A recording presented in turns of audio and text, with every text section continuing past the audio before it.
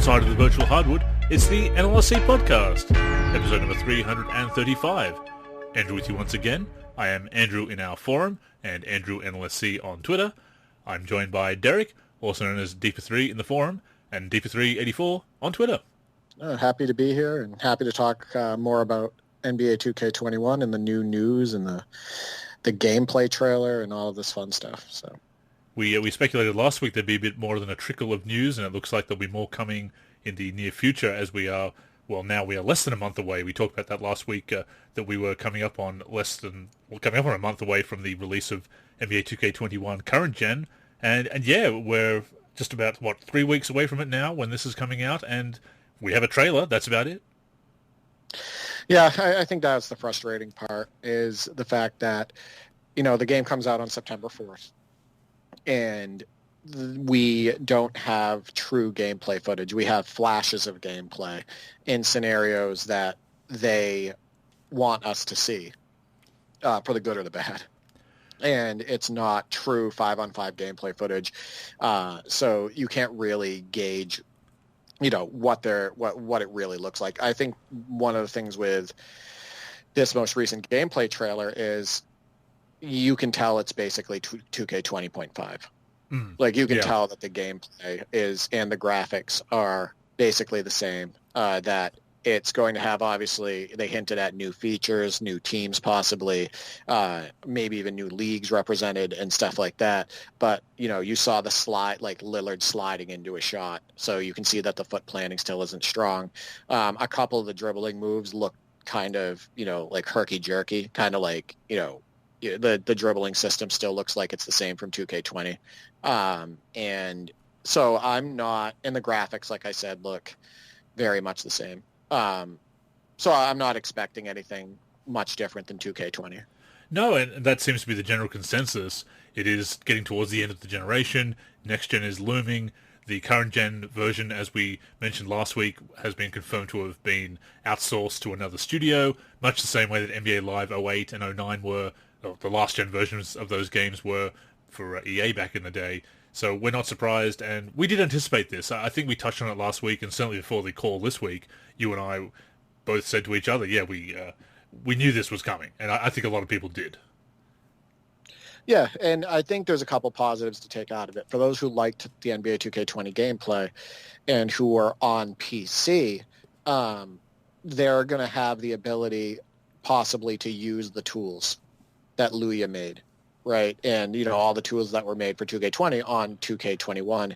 And it may be a quick start to that modding scene. And remember, for the first 3 or 4 months before the PS5 comes out, this is what people are going to be playing. So I think that it's going to be some nice exposure to the modding community, because all eyes are going to be on, this version of the game, the PS4, Xbox One version, PC version, and whatnot, and they're going to be able to really show off their work and stuff. So my biggest thing is added content is great and depth is great, but I was hoping for some tweaks in the gameplay. And while we don't know it's not, we don't know if it's the case yet that there's been nothing really changed. I'm fairly certain that it's going to be basically, a lot like 2K20. It seems a pretty good guess. And certainly it sets the expectations, I think, at a reasonable level. Because if you're expecting more from current gen at this point, and certainly with next gen coming out this year and outsourced to another studio, it is possibly a roster update more than any other game we've seen. Maybe there'll be some new stuff here and there, like you say, new content that is yet to be seen. Although we do have a few glimpses that suggest that the current gen version will benefit from that. Something I've seen in the forum, our forum that is the idea that the PC version is basically going to be DOA, that it's going to be pointless, no one's going to get it. I see where they're coming from with that, because it certainly is a disappointment to a lot of people. I think people did anticipate the next-gen version being a port, even though we went into why it was unlikely and why it can also be a good thing in previous shows.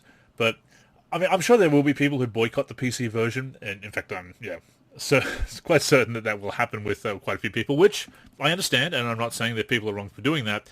But at the same time, I do think people will pick up the PC version of 2K21 simply so they have a new game to play. It'll have new content, new things in My Team.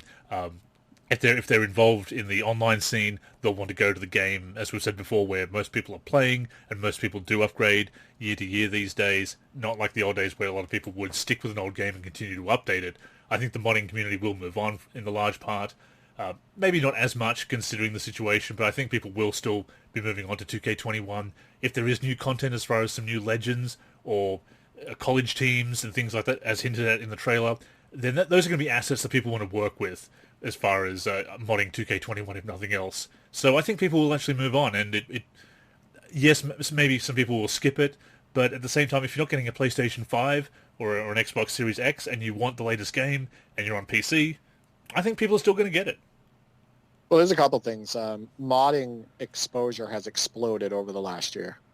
From Dom2K, from the Forbes articles, Operation Sports, all the screenshots and videos, all the articles being written about mods and stuff like that. I don't think that there's going to be that many people boycotting, number one. Number two, I think that, if anything, their PC sales could increase. I know that sounds crazy, but I think PC is incredibly niche as it is. And I think that all of that modding exposure and all of, so many more people being aware of the capabilities of what you can do on PC, I think that the first couple months of them selling the PC version, I think they're going to do very well in comparison to past years. So maybe we'll see. The other thing that I think is funny, and I think you might look forward to this as much as I do, is all the PS5 mods that are going to be coming out for the PC version. Remember when 2K14 came out for the PC, and then they obviously saw what they were doing on Xbox One and PS4. And for those who don't remember, or don't know or are new to the podcast, the NBA 2K14 for the PC was a PS3 port. But then you had all of these globals and these lighting mods and these graphics mods calling it, next gen mod. Yep. PS4 nanotechnology. I was going to say, I've forgotten what he called it. Nanotechnology.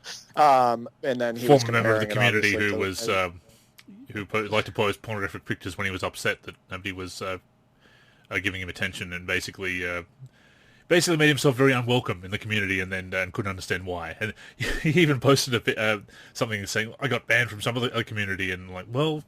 Maybe it's not them or us. Maybe it's you. But yeah, that nanotechnology. Contributor. Yeah. That's the thing. He was originally a contributor who made some globals that people liked, right? And then he went off the rails. I don't understand what happened. But yeah, I look forward to the mods that here's the next gen scoreboard mod, or here's the lighting mod that emulates PS5 and all the advertising that modders like to do for their work. It's going to be interesting. Patreon exclusives. It's that's a thing that we're dealing with these days. But that was a thing with 2K14, and you're right. I hadn't thought about that, but it's definitely going to be a thing in the modding community, because we did see a lot of that last time. And I suppose if people can make that version look a little bit more like the next gen, but it remains to be seen how much of a next gen jump there is. At the same time, maybe there will be different lighting. We know is there going to be any effective sweat effect mods? I mean, that's what it's all about, apparently. Well, Lagoa will be the first person to jump on that. I look forward to it every year. I've used his globals, by the way, on 2K13, 2K14, and whatnot. And I use his global also for a bit on 2K17. And on 2K19. He always checks the sweat first and sees how the progressive sweat is working, and then starts working on a global to increase that experience. So I'm fully expecting Lagoa to jump on that. The scope of our modding community is pretty impressive when you think about it. Yeah, we're versatile. The modding community is very versatile. You have people that work specifically on courts. You have people that work specifically on faces, some on stadiums. You have people like Lagoa that work on sweat.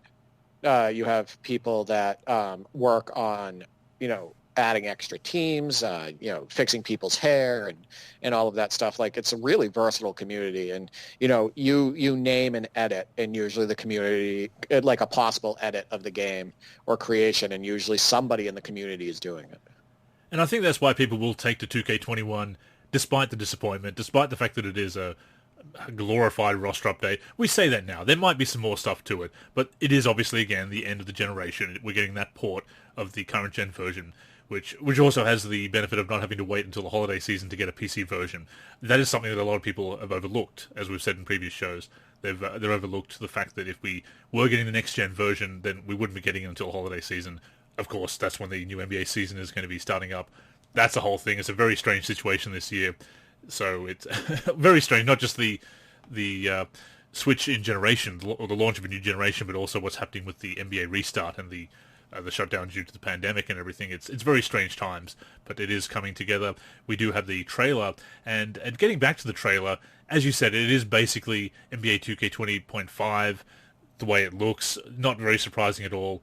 The cinematic angle, so we're not really seeing anything new as far as raw gameplay is concerned, except for that one little bit with Damian Lillard, who is the current gen cover player, of course, with the new shot meter, which is getting some attention from people, as you would expect, which also hints at some new shooting mechanics, or adjusted shooting mechanics.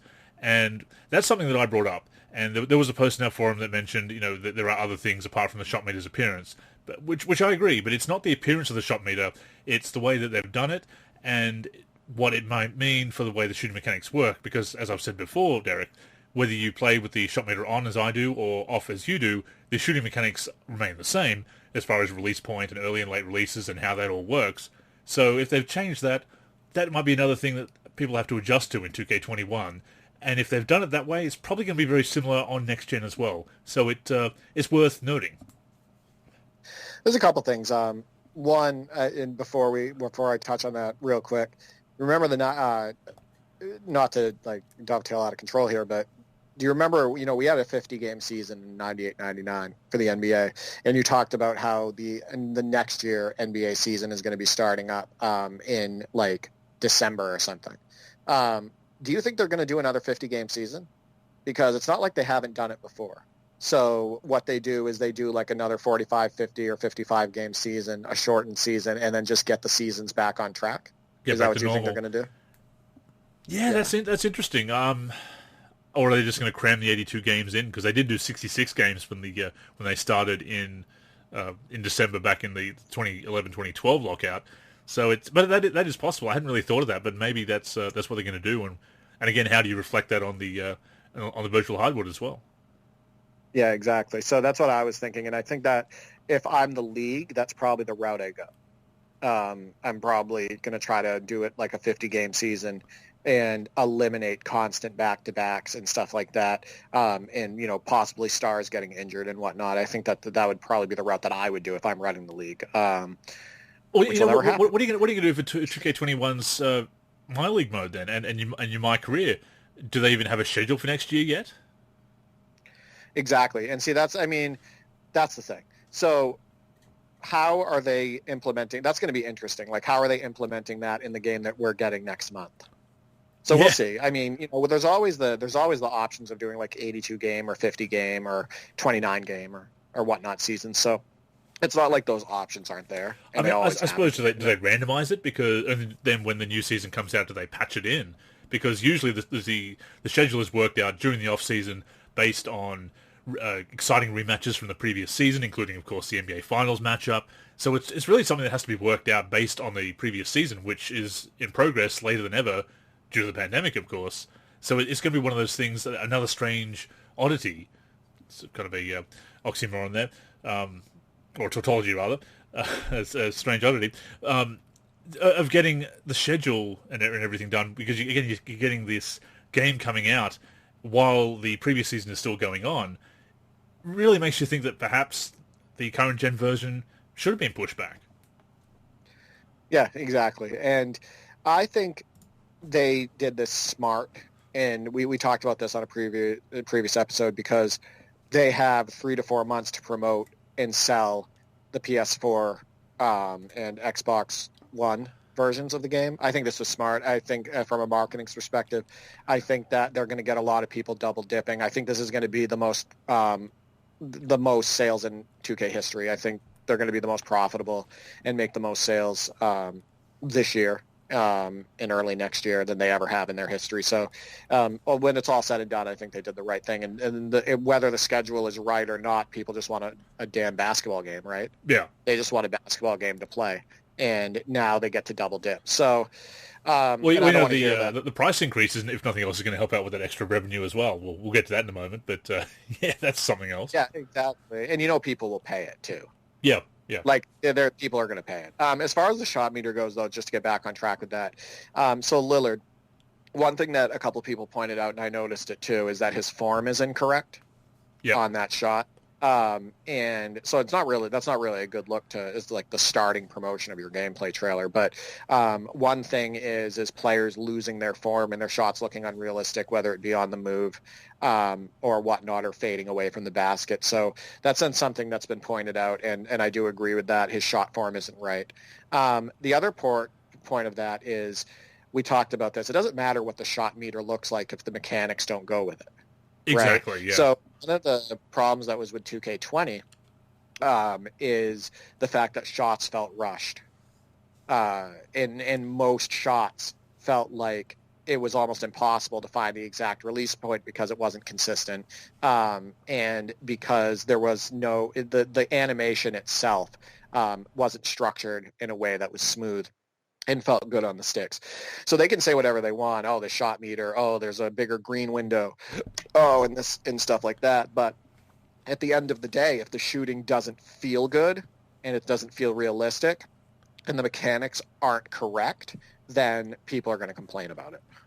Well, looking at that shot meter, it suggests to me that there's going to be a bit more of a wind-up, for lack of a better word, on that, it depends on the speed of how much the meter goes and the timing of the release, of course. But it looks like it's going to be a little bit longer than what they've been doing for the last 3 years or so. So that may or may not work out for the best.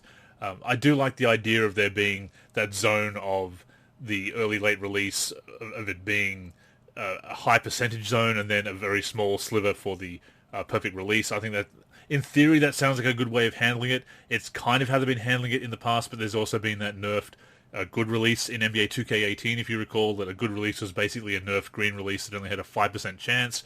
So in essence, you had a higher chance with a very late or a late or early release than you did with a good release, which people try to explain it to me as if I didn't understand. No, I understand it. I just think conceptually the idea that early or late is being better than good is never a good look. So I get what they were going for, is trying to nerf the perfect releases for shooting percentages, but it felt very artificial. We saw a bit of that in 2K20 as well, I think, with a lot of the white releases, the all-white releases as they're called. So I do like the idea of what they're going for. I hope it works. I hope that it's not too much of a long wind-up to match the animations. We saw that in NBA Live 19, with the length of the shot meter in NBA Live 19 being so long, especially when they adjusted the defense, or adjusted it so that green releases were easier to stop with defensive rotations. The CPU would rotate over very quickly, but it was very hard to get a green release because they would just stick to you like glue, and it would just take away the shots. Jump shots were, with the last patch for Live 19, pretty much impossible, and it was done for online, but against the CPU it just didn't work. So you need to have the right length, the right timing on your shot mechanics, and the feel, as you said, for it to work properly. And in theory, if the feel is good, then this approach to the shot meter could definitely work. But again, there's a lot of questions to be answered, and they'll only be answered when we get our hands on the game and actually start feeling how it feels on the sticks. The bottom line is that people should be rewarded for shooting the ball correctly.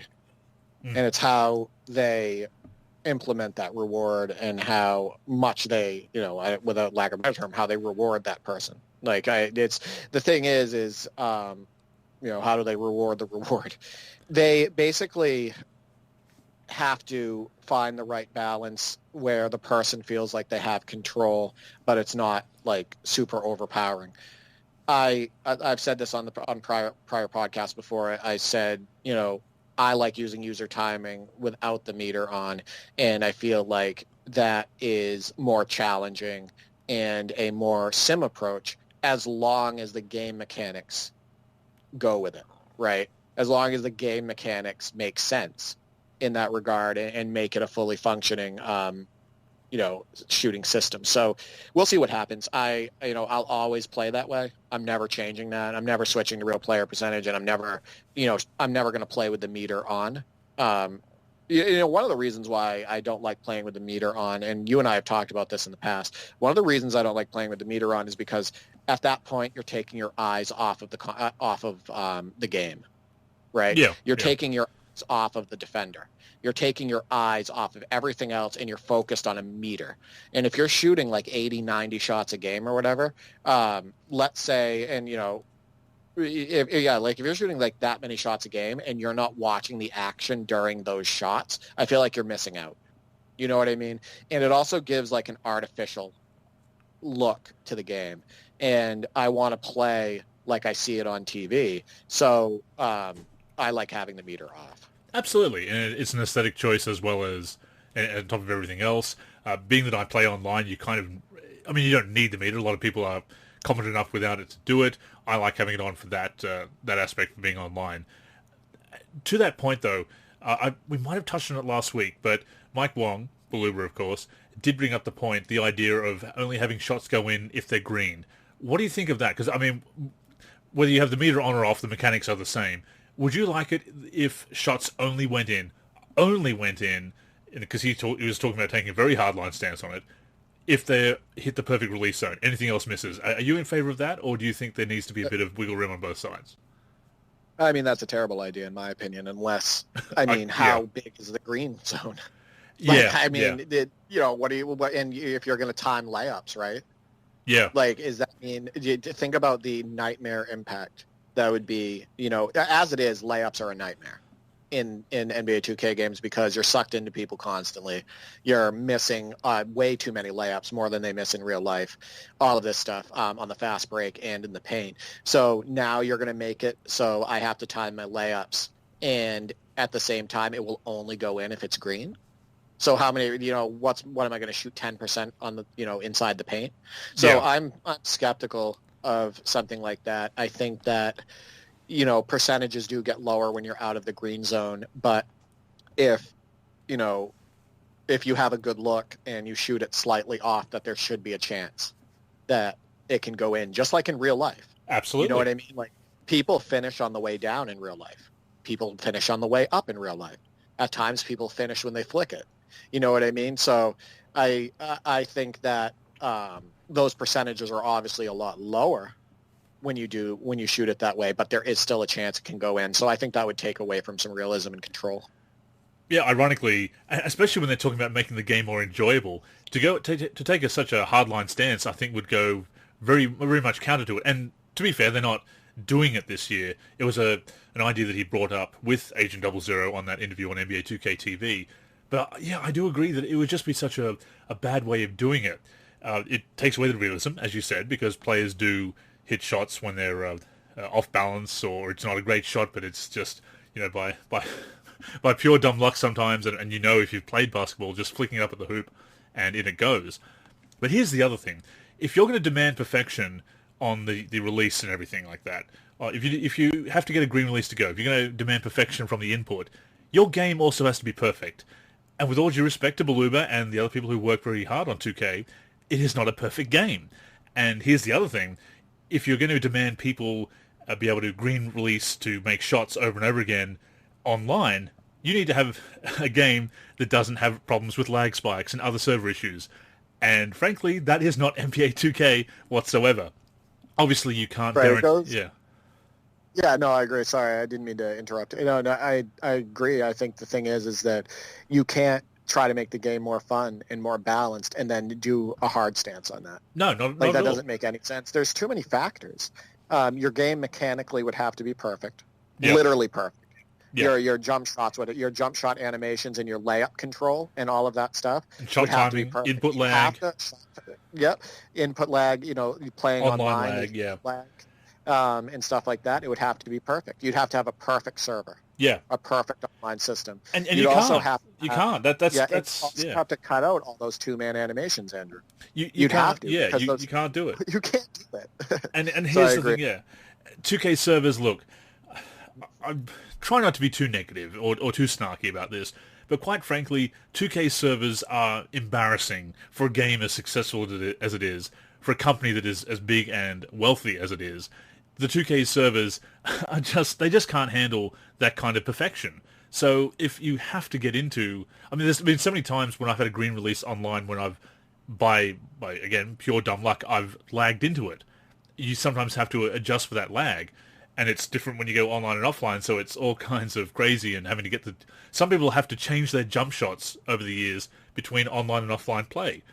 That's insane, and if you have to do that, you can't take that hardline stance. So I think maybe he was just floating the idea for competitive play, but I think that would be absolutely wrong. I think that takes away, as you said, the realism of shots not necessarily being perfect, but still good enough to go in, which is a thing that happens in the real NBA and indeed at all levels of basketball if you've ever shot a basketball at a hoop. And demanding a level of perfection, yeah, I think if they're considering that, then if they ever implemented that, I can see them patching it out within the first week or two, because I think just the backlash against the game, and I've criticized 2K before for acquiescing to people who complain just because there's a learning curve, but I think that would be such a huge mistake that if they ever went that way, they'd have to change that pretty damn quick after release, because the backlash would just be incredible. You know, one of the red flags, and I think you can agree with this too, and listeners have probably noticed this as well, is people will post YouTube videos, and they'll go on Operation Sports and talk about this too, and they'll say, you know, when you're creating your player, this is the release you need to go with because it's one of the only ones that feels good. That's a red flag right there, because if you only have one or two releases when you're creating your player that you feel the motion is realistic and feels good, and that you can get green releases or good releases the majority of the time, and there's that many choices though, you know what I mean? And there's only like a couple, that's a red flag. And that's the way it's been. It's why I don't remember that comment. It's why online in my career is so homogenized, because you have to have the same builds, the builds that are OP, the builds that work online, the animations that work, the animations that are going to get the results, the animations that feel good. So you can't even customize a player that makes the animations maybe look a little bit like your shooting style or stand out or something. You can if you learn the release, but again, because there is such a small amount of animations that are reliable, most of the time, yeah, like you say, you have to go with that, and it leads to these build videos and everything. Which, look, I think that's great content and very important content for the community, but it also highlights the problem of how homogenized the game has become. Right, exactly, and I think what happens, like you said, is that they talk about skill gap, right? What happens is you have players playing the same. It's almost like the now NBA, right? But you have players online like going out there with similar shooting forms or the same shooting forms, and they're playing the same, and they're trying to do all the same builds and stuff like that. And the lack of authenticity, and in my opinion, that was in 2K20, as far as the dribbling and the customization around that, and the player movement and all the things in the game that the gameplay gets in the way as far as skill gap stuff. I just don't think there was as big of a skill gap as there needed to be. And in my opinion, I don't think people were having that much fun online. I can attest to that with my various articles and previous comments on it all. Yeah. And it's absolutely true. Yeah. And again, like you say, they talk about the skill gap a lot, but just the way it's implemented, I just don't see the skill gap, because it does come down to making these OP builds and picking the animations that you can abuse and tactics that you can abuse. The skill gap and the realism and by extension the fun hasn't been there. So I do think that approach would be such a bad idea. I do hope that was just something that he threw out there for discussion's sake, in which case it's fine to talk about. It's fine to throw out these ideas. It's when you implement bad ideas that's the problem. And we can talk about anything. We can talk about replacing the NBA championship, the Larry O'Brien Trophy in my league with a cup. We could talk about that. I mean, it's we don't have to do it because it would be stupid. It would not be realistic to do because it's supposed to emulate the real NBA. You can throw out any ideas you like. It's the ideas that you actually run with that are the problem. Right, and when we start talking about NBA Live a little bit later, we can get into that. Indeed. Talk about implementing of the implementation of some of these ideas that never should have been implemented. So as far as the trailer goes, I don't really have anything much more to say about it. I mean, it is, like you say, it's kind of 2K 20.5.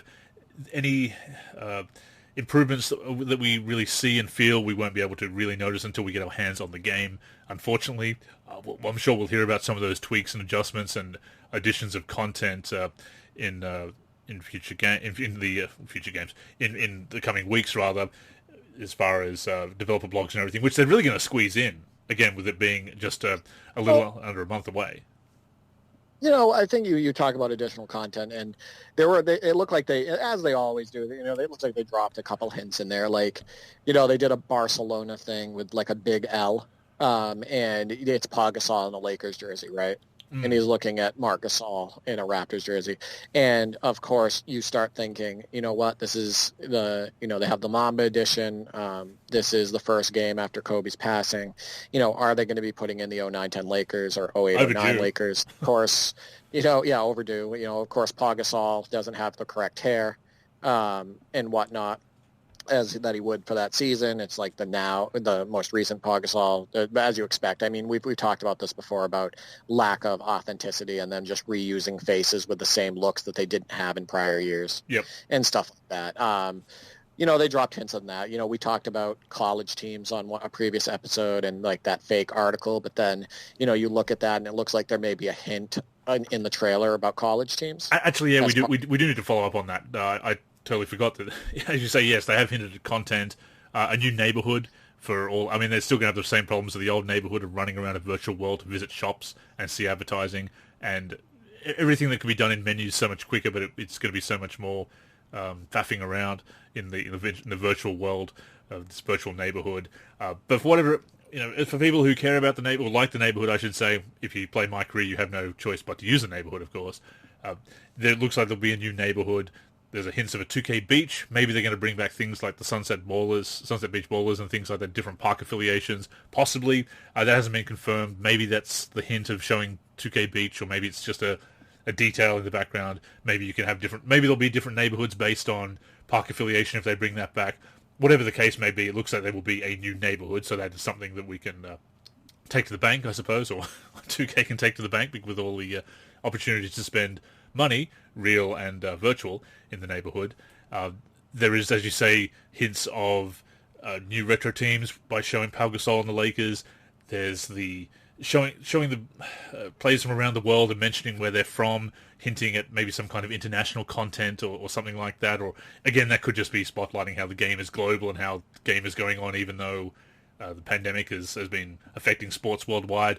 I mean, it remains to be seen what that is. What that's meant to represent. I'm sure we'll find that out in the developer blogs over the next couple of weeks or so. But I think the thing that we can confirm is obviously the presence of college teams, because they did show a player in a Florida Gators jersey, and that came with the caption of My Career. So it looks like, if nothing else, the My Career story is going to have a college portion. Remains to be seen whether the college teams are going to be playable outside of that. But I'm guessing it's just going to be more a case of... if I had to hazard a guess at this point, I'm going to say that they're just part of My Career, but maybe instead of having just the 9 or 10 college teams from previous games, we've got 60 odd to choose from. That's what might have been hinted at before, and that's where people might have had some confusion about those details. Yeah, exactly. And I think we had a feeling that the college game teams or whatnot would be implemented in some way because of the new license they struck with the NCAA, and the NCAA allowing also players to be compensated if for their likeness to be used. I don't know if they're going to have real college players in the games or if it's just going to be teams or whatnot. But you had a feeling they were going to implement that in some way, so that makes sense. I think one thing that has kind of been an elephant in the room, and I've seen a few people bring it up, NBA Live Girl brought it up, etc. You got to let people create women. If you're going to have the WNBA in the game, you need to have create a player feature that supports people creating women. Yeah. Girls that are playing NBA 2K, women that are playing NBA 2K should be able to go in and create a woman. You know what I mean? And, Live did. Live did it, right. Yeah. But, NBA 2K should have that feature where offline you can customize those teams and, create women and whatnot, and maybe create yourself and put yourself on one of the WNBA teams and stuff like that. Like, it's time. Like, just get that in there. Yeah. So. they have mentioned there's going to be something for WNBA, or that WNBA fans are going to be, as when we touched on this last week, very happy to see what happens in next gen. So it remains to be seen what happens with current gen in that regard. But I agree, if they can get it on current gen, so much the better. If they definitely need to do that for next gen, it sounds like they might be doing something like that, or they're definitely dropping some heavy hints about it. But yeah, I definitely agree that's something to do, and Live has beaten them to the punch on that, of course. Live being in the state that it's in, it's maybe not exciting to everybody that it's in that game, but the point is that it has been done. People were quite happy about it. Of course, you have the usual comments when it came out, but then a lot of people did create female players, the female the one players, to play with the in the various court battles and things in NBA Live 19. So yeah, it's absolutely something that should be done. But as far as the college teams go, yeah, maybe that leak, maybe there was something to it. I mean, we did say that it was something to take with a grain of salt when we talked about that on episode, 331, 2, something like that? Yeah, I think it was 330. But yeah, I think they said that. Yeah, I think that article probably wasn't real. I mean, they said 68 teams. That's definitely not going to happen. I think 68. I think that's too many. But like for them to implement in such a short cycle. My opinion is that they're going to have many represented, but not that many. So maybe some truth, but it was also clickbait. And I also think that it's probably going to be more connected to my career than having a bunch of generic or fake players to play with, to be selected alongside the historical teams and current teams, etc., and the all-time teams and the decade all-stars and everything. It seems more likely to me that it's going to be a part of my career, because that's where we saw the college teams show up in the trailer, where it says my career, and there's a my player wearing a Florida Gators jersey. So I think that's probably what it is. Maybe they've got their wires crossed. Maybe they just made something up off a rumor. Or they heard that little bit of college teams and decided to run with it. Either way, but again, this is why you do be very careful about reporting these details. But as we said at the time on that show, a lot of content creators will go with the clickbait because it does, unfortunately, yield results. It got us talking. That's true. Yeah. We talked about it on the show. We are part of the problem, I guess. Yeah, but at the same time, at least we weren't supporting it. That's true. That is true. So yeah, with that sounds like we're getting some new content. The game, apart from that, is going to be pretty much the same. I'm not disappointed because I expected it. Much like the PC version being a current gen port, I saw it coming. I figured that was quite likely, and certainly as far as improvements with the very last game, or not necessarily the last game, but certainly probably one of the last games that's going to be made for this generation.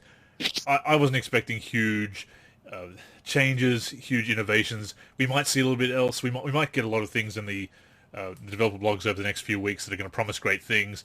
But I do think we're getting basically a dolled up NBA 2K20, which is disappointing in some respects, but at the same time, it's kind of the way how it goes with sports games, especially with the transition to a new generation. By the time we talk again, I think we're going to have actual gameplay. Yeah, I do. I think that, or information at least. Yeah, I think what's happening is by the time we talk again, there'll be only like 17 days or something like that before release.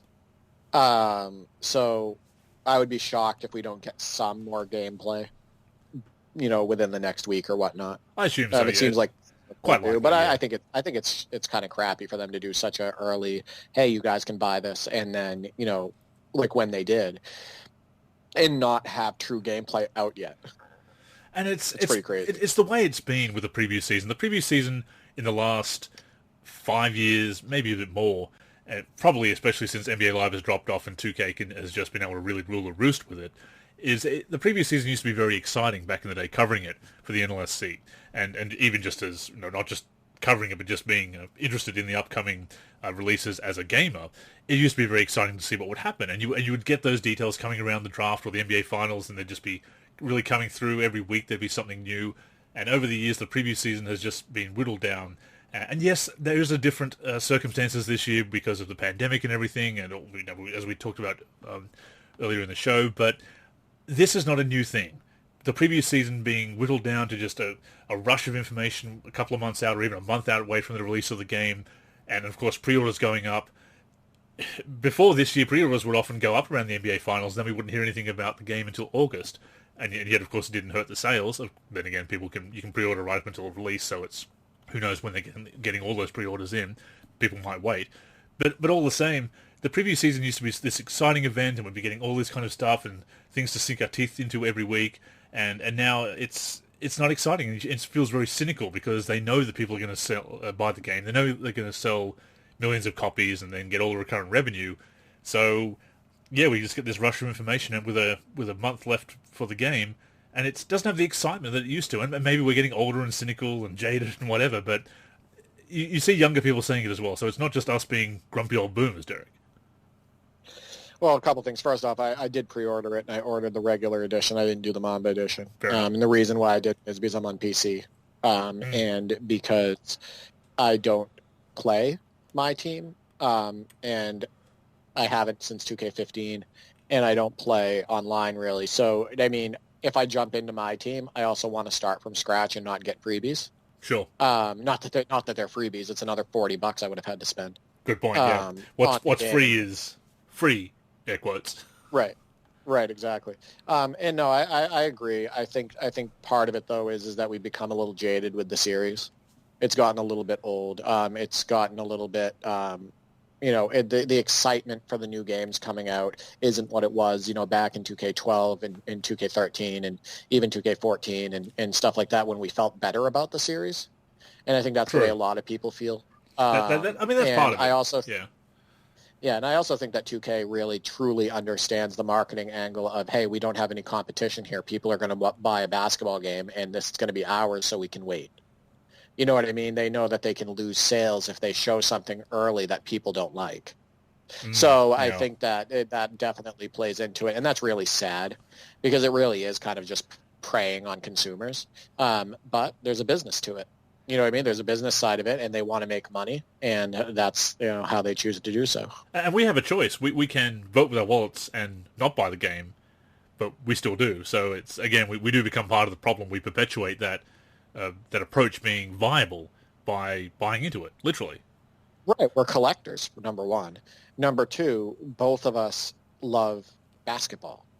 Right, we like basketball, and we love video games and basketball. Even if the game isn't very good, we've talked about this.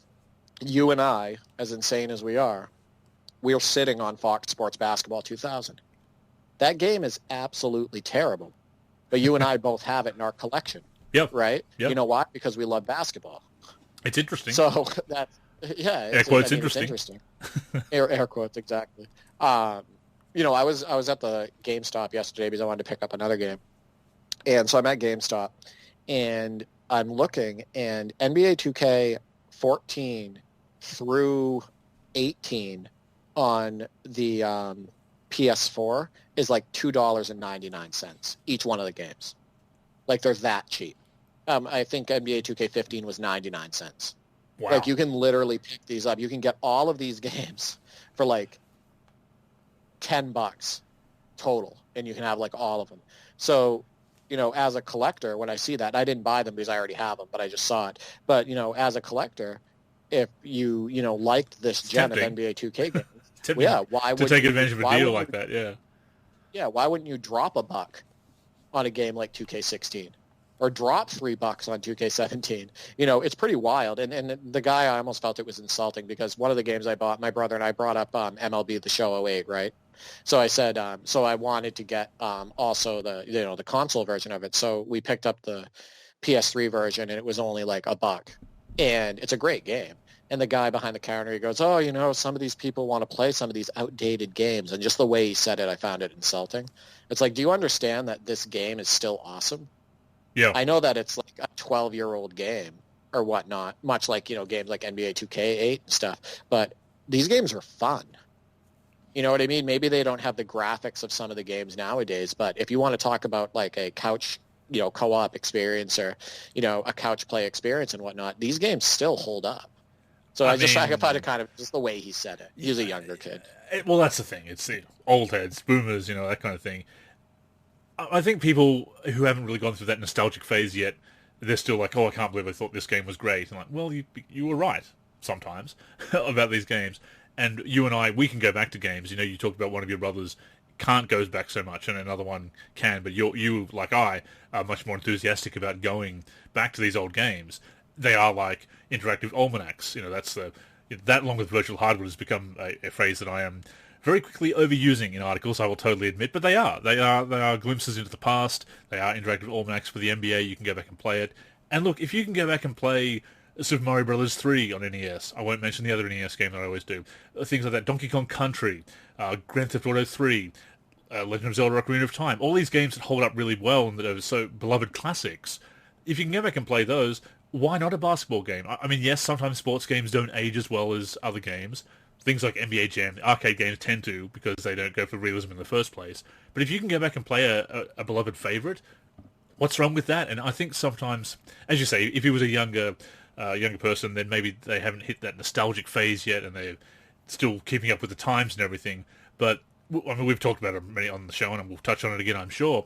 That you can go back to these classics and enjoy them, and also now we're starting to see that as we've said before, because we've had a few years now, or more than a few years, of the pushy microtransactions and everything. So there's more nostalgia for that early 2010s before that really took off, that people are actually going back and enjoying those games because they remember how it was focused on having the best basketball gaming experience possible and not all these other things that the suits love, but and the developers have to go along with, and that we don't love in particular. That there is that nostalgia there for that simpler experience, or that experience that is not tainted by the recurrent revenue push. Yeah, I'll say it for you. It's okay, if you want to go back and enjoy Bart versus the Space Mutants. There, Yeah. It's on the episode now. That is harder to do because of the mechanics of that game, but yes, it is. I certainly can if I wish to. But hell, yeah. I go back and play games like Bayou Billy and like Blaster Master.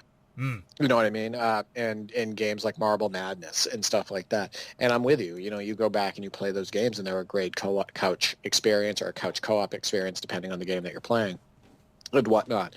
Why is that okay and looked at in a certain light? But then if I go back and play Tecmo Super NBA Basketball, it's looked at like I'm an old head.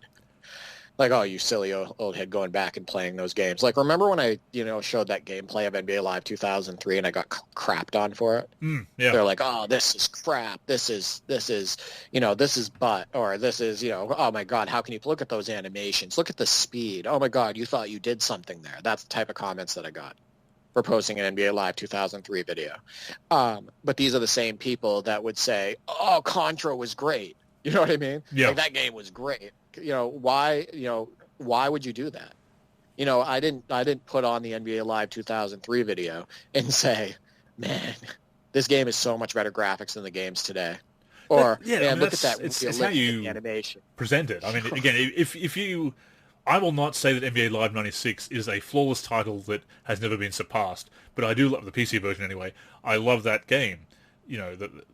It's one of my all-time favorites, and I know the limitations. I know how much it was surpassed within a couple of years, let alone the 24, 25 since it came out. So it's not about that. It's not about saying this is awesome. It's saying I'm having a good time with an old game, or even just highlighting an old game. And I think it does come down to whether people are really feeling that nostalgia yet, and that does come with hitting a certain age. And we are seeing some of the younger players younger gamers. Hitting that nostalgic phase I think it kind of hits around about your mid-20s.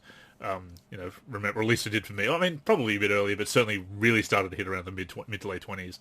So it really comes, I think, with age, as a lot of things do. Yeah, I mean, I brought this up on a previous episode, but I've been playing the hell out of Sewer Shark, and I just beat it again. I don't care if that game came out in 1992 or 1993. I think it was 1993. Like, that game is fun. I'm not going to come out and say that it's the best concept ever. I'm not going to say that it's the best graphics ever. I'm not going to say that the game has a long enough gameplay, because it's not. It's too short, in my opinion. But the game, when you put it on, is fun. And for me to say that it's fun and that I enjoy the game shouldn't be attacked. You know what I mean? Attacked in any way. Well, you look at a game like NBA Street Volume 2, which just received an updated mod from Agent Michael Scarn, updated the previous updates for the mods for the GameCube version of NBA Street Volume 2. You can check that out in the download section and in the other basketball game section of the forum. That's a game that's still held in high regard. In fact, there's a lot of people that have... There was an article, I think, that even called that the greatest basketball game of all time. I wouldn't necessarily go that far with it. I think it's a tremendous game. It's just that's a big claim to make, plus also there's different genres of basketball game as well, so I think that's a problematic claim in that respect.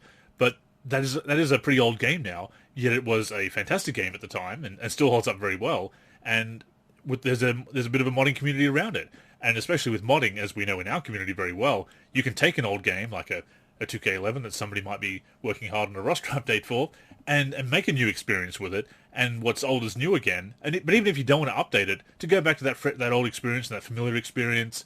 And there's a whole phenomenon of people would rather go back and watch old things than try new things. And maybe that comes with age as well. But we do really gravitate towards the familiar, and nostalgia is obviously a big part of that. So yeah, it's definitely something that, as we've touched upon, we feel very strongly.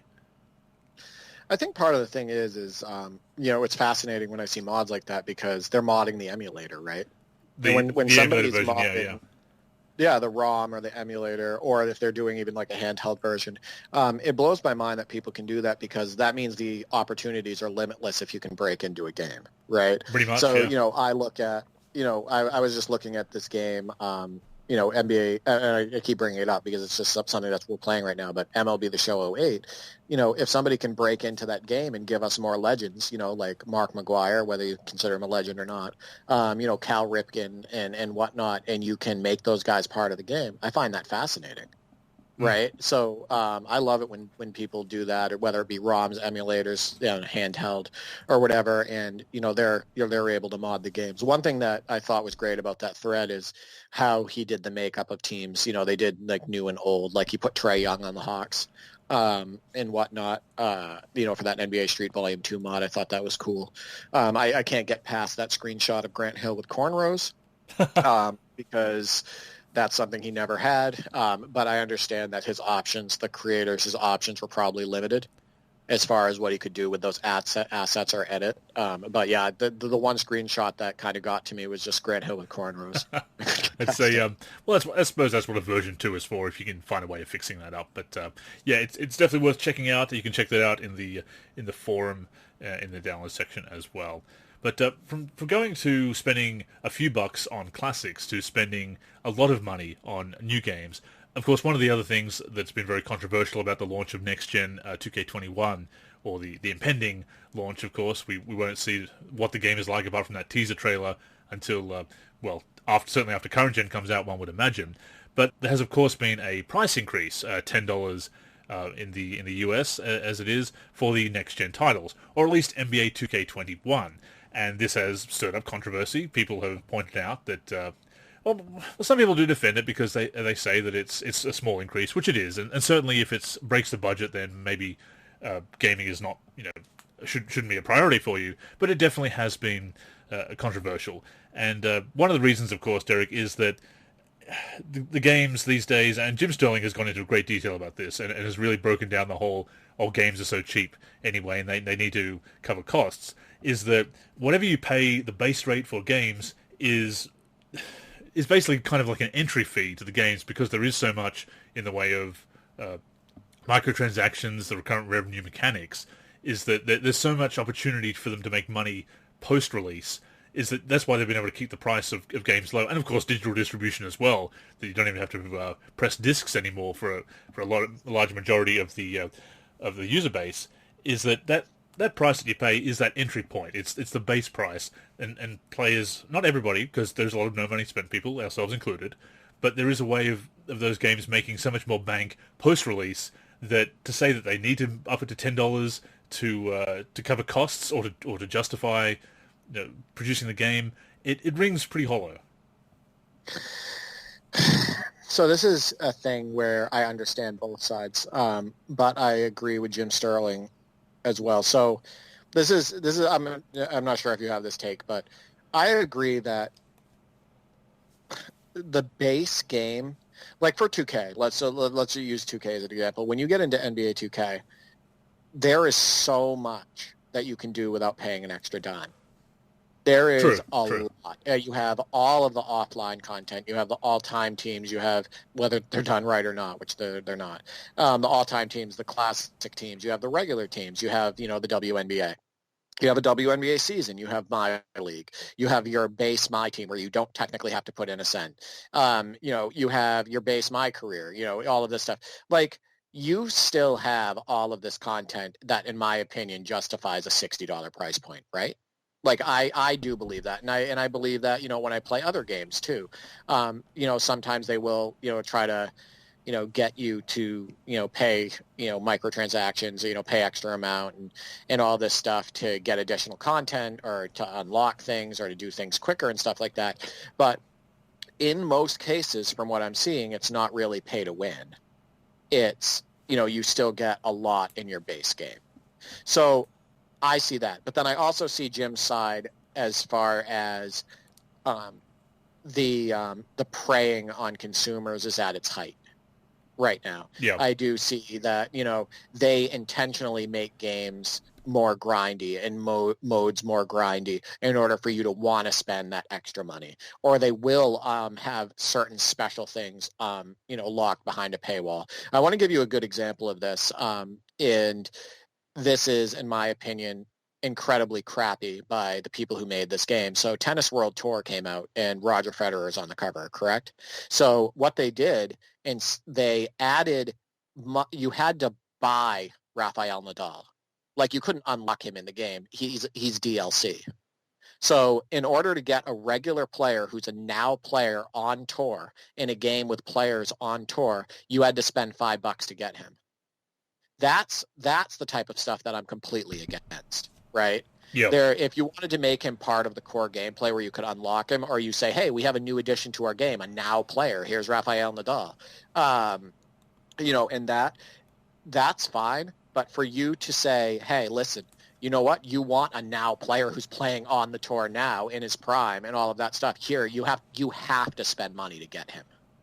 And I think there's a difference between the two, in my honest opinion. So I also want to point out that technology does get better. We know this.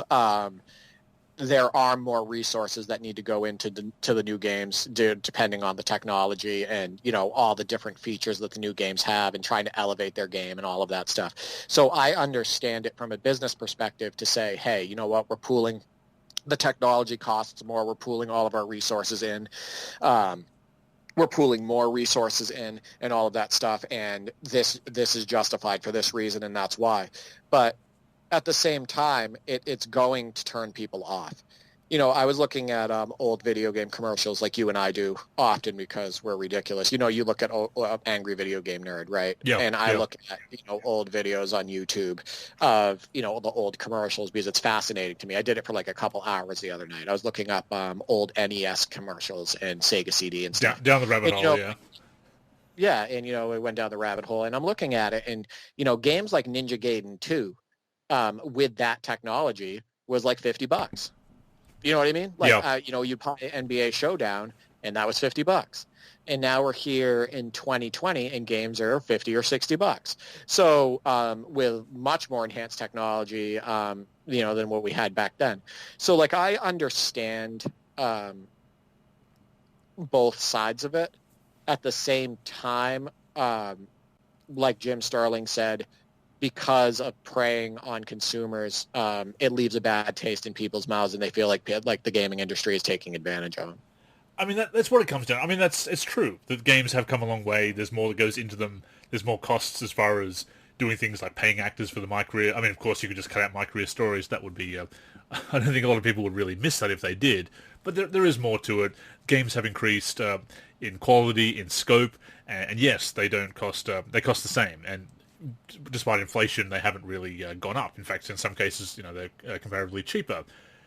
It is the recurrent revenue mechanics, though, that really gets to me. That they do make a lot more bank with that, which is something they didn't do in the old days. And they take content out to repackage it.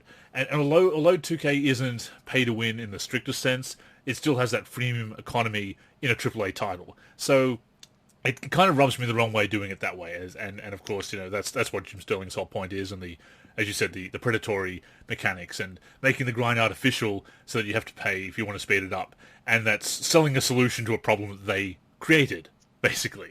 That's the other thing that Jim has really stressed on so many occasions is that it is selling a solution to a problem that they artificially created. The other thing is, and I'll read the quote from Strauss Zelnick on this, because he originally said that it was he justified the price hike here. And his quote, this is via the IGN article, there hasn't been a price increase for frontline titles for a really long time, despite the fact that it costs a great deal more to make those titles, he said in an interview. And we think that the value that we offer consumers and the kind of experience you can only really have on these next-generation consoles, and the price is justified. Which, okay, that's one thing. But if you're increasing the price for next-gen because it's next-gen and new and everything, why aren't they dropping the price on current-gen when it's basically a roster update from the previous year? I mean, that's the... I mean, we know why. We know why, but my question to Strauss would be, well, if the next-gen needs to be more expensive and the current-gen is basically more of the same and a lower priority, but it's still the same price, Right, exactly. And so, well, there's a couple things with that. First off, the biggest problem with all of this is preying on people's emotions.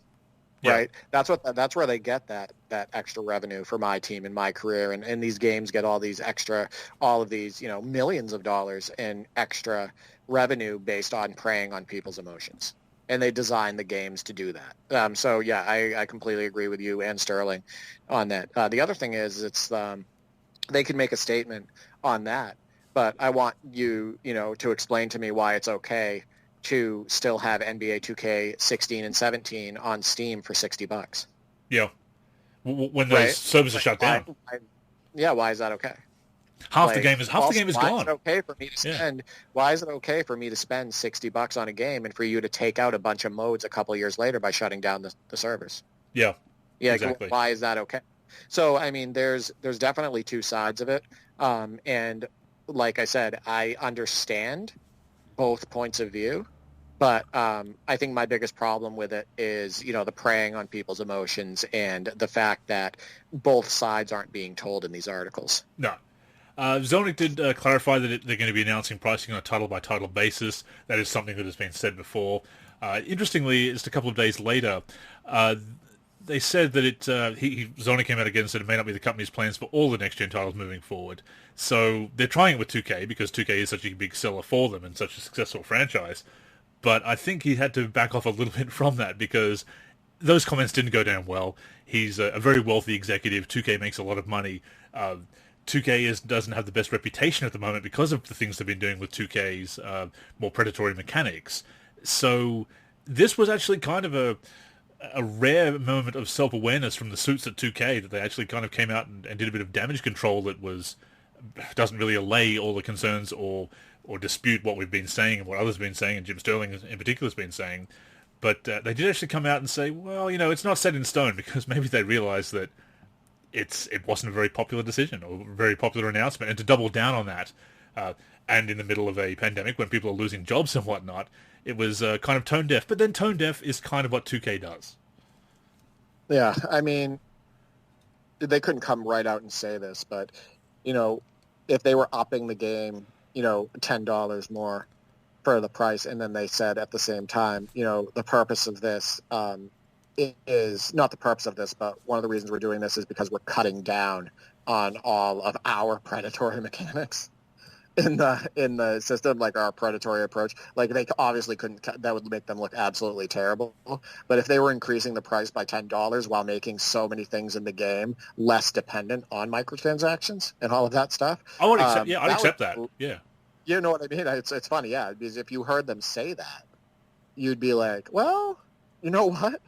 This might make sense. This might make me save a lot of money in the long run, or people a lot of money in the long run and whatnot. Of course, they could never come out and say that because that would be admitting fault. You have to find a way of really couching that in a positive way of saying that we're enhancing the... Oh, geez, how would you even say it? Enhancing the post-release experience or something, or increasing the post... Yeah, you have to do something about value. And they're trying to say it there, but at the same time, they're not going to cut down on the grinding mechanics, which is why a lot of people see it as BS. Yeah, exactly. I don't think there's people that are truly a fan of the neighborhood either. I think there are people that are a fan of the neighborhood. I know this is kind of getting a little off track, but I think there's some people that are a fan of it. But I think that we've talked about it before. I don't think people want an RPG in their basketball game. Well, certainly not to the extent of an open world to explore that's very limited. I mean, you're not going to have a Grand Theft Auto-like map or a Fallout-like map. in as the neighborhood. So at the end of the day, it's going to run out of content, and you can do the events that change things up, but it's not enough, and they get repetitive after a while too. I know you don't spend a lot of time or any time in my career, but that's, I think, a common complaint. I even brought it up on Reddit. I made a post over there and said, maybe it does make me a bit of a dinosaur, but I don't like the neighborhood. And someone replied to me and said, look, I'm younger than you, and I think it's crap as well. So this is one thing that maybe the old heads and the nephews are actually in agreement on, that it's really taking away from the experience more than it adds to it. Although again, people do put stock in it, and they do put stock in they were upset that 2K20's neighborhood was too similar to 2K19, basically the same. So I mean, the people do care. Maybe just because it's not. Maybe it's not because they love the neighborhood or the concept and the things that it creates, but if it's going to be there, they at least want the effort put in. Maybe that's it. Yeah, it could be. I think that I think a lot of people think that the implementation of a lot of things are just unnecessary. Like it's a waste of time. Like I shouldn't have to spend all of this time getting to a location. It right? is. Shouldn't have to spend all of this time waiting. I'm playing a basketball game. But it makes those engagement numbers look really good, doesn't it? Because, look at all the time people are spending. Like, people are spending all this time in the neighborhood, yeah. Which they brag about. Yeah, they constantly brag about how much time people are spending on the game. But here's the thing. If you have no choice but to spend time in the neighborhood, and I've brought up this point before in articles and on the podcast, if you have no choice but to spend time in the neighborhood because it is the game world, by default, you're going to spend a lot of time in the neighborhood by playing that mode. I mean, by that logic, the main menu is the most popular screen in the game because we all go to it as soon as we fire up the game. There is no menu more visited than the main menu in NBA 2K because there's no choice. Yeah, exactly. I think it's nuts that they basically can get away with pump and this is, listen, I'm an NBA 2K fan. Okay, for better or for worse, you and I both have been playing the series, especially me, because I know you were more of a live person. But, I've been playing it for about 20 years. Yeah. Right? Yeah. So it blows my mind that they can be cocky and say, hey, this is how many downloads we've had. And this is how much time people are spending on the game. And, pumping themselves up like they do, whether it be Ronnie 2K or the 2K handle themselves and all of this stuff. And then looking at having no competitors in the space, right? It's like saying, why don't we tell two sides? You know what? Hey, we're the only ones in the space. They can't do that. But, we're the only ones in the space. People have to buy our game if they want to play 5-on-5 basketball. This is the reason we have this many downloads. Right? Yeah. So, I mean, like, there's just certain ways that they pump themselves up that gets, me a little bit uneasy and bothers me a little bit because it's like, hey, let's look at context here. It's a bit self-congratulatory, I suppose. Yeah, it's very self-congratulatory, but it's missing context. Yeah, that's marketing 101, I suppose. But to bring an international perspective to the price hike, I'm looking at the JB Hi-Fi website. We're not sponsored by JB Hi-Fi. We could be, but we're not. Which is a big Australian retailer and my retailer of choice for electronics. It's sounding like it's an ad. I really do prefer that because they do have the best prices. But that is the point. For games, they do have the best prices. EB Games, which is the Australian version of what used to be, of course, Electronic Boutique, and that is Australian GameStop, basically. EB Games, they're often more expensive. And you usually get new games through JB for around about $69 to $79. I'm looking at the site here at the moment. NBA 2K21 on current gen is $69 as usual. For the pre-order for the PS5 and Xbox Series X, $109. So that's a difference of $40. So is there going to be $40 worth of difference in the next gen? See, that's we even get the bigger price hike here in Australia.